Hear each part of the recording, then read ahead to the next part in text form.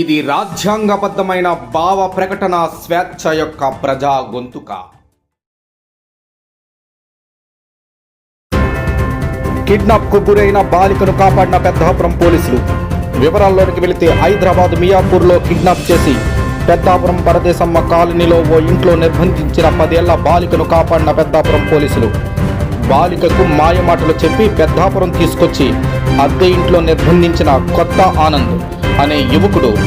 బాలిక మరియు ఆనంద్ ఎక్కిన ఆటో డ్రైవర్కు అనుమానం రావడంతో పెద్దాపురం పోలీసులకు సమాచారం ఇచ్చిన ఆటో డ్రైవర్ ఇచ్చిన సమాచారంతో బాలికను నిర్బంధించిన ఇంటిని చేరుకొని ఇంటి తలుపులు బద్దలు కొట్టి బాలికను కాపాడిన పెద్దాపురం ఎస్ఐ మౌనిక, కానిస్టేబుల్ బాలాజీ ఘటనా స్థలాన్ని చేరుకొని బాలిక నుండి వివరాలు సేకరించిన అనంతరం పెద్దాపురం డిఎస్పీ శ్రీహరిరాజు ఆధ్వర్యంలో బాలికను పోలీస్ స్టేషన్కు తరలించినట్లు పోలీసులు వివరాలు తెలియజేశారు.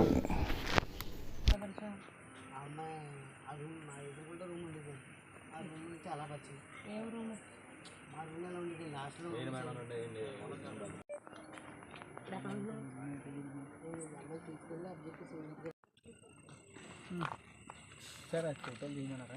చెప్పండి మేడం, చెప్పి మాట్లాడారు. ఓకే సరే ముందు మళ్ళీ చెప్తున్నాను. ఇప్పుడు పురాతనలో పనిచేసారు రైస్ మిల్లో.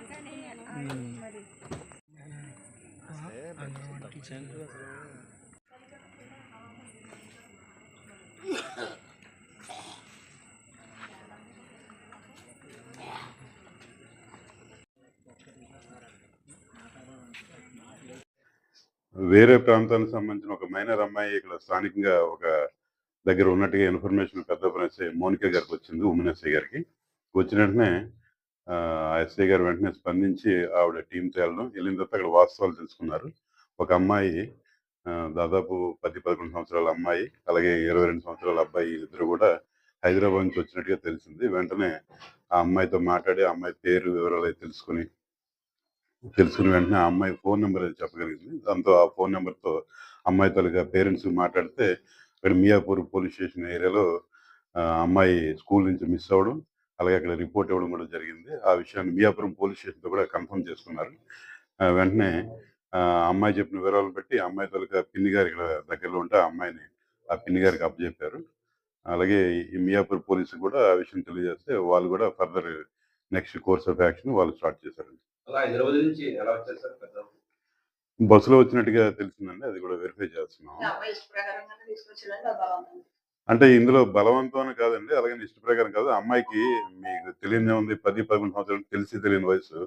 పిన్ని గారి ఇంటికి వెళ్దామంటే అమ్మాయి నమ్మింది, ఆ మాటలు నమ్మింది. నెక్స్ట్ అంటే ఈయన కూడా ఆమె ఏ స్కూల్ అయితే చదువుతుందో ఆ స్కూల్లోనేమో కిచెన్ సెక్షన్లో పనిచేస్తున్నాడు అనమాట. కొద్దిగా ముఖపరిచయం ఉంది, తెలిసిన వ్యక్తి కదా, నమ్మింది. అంత మించి ఇందులో అదే విషయం.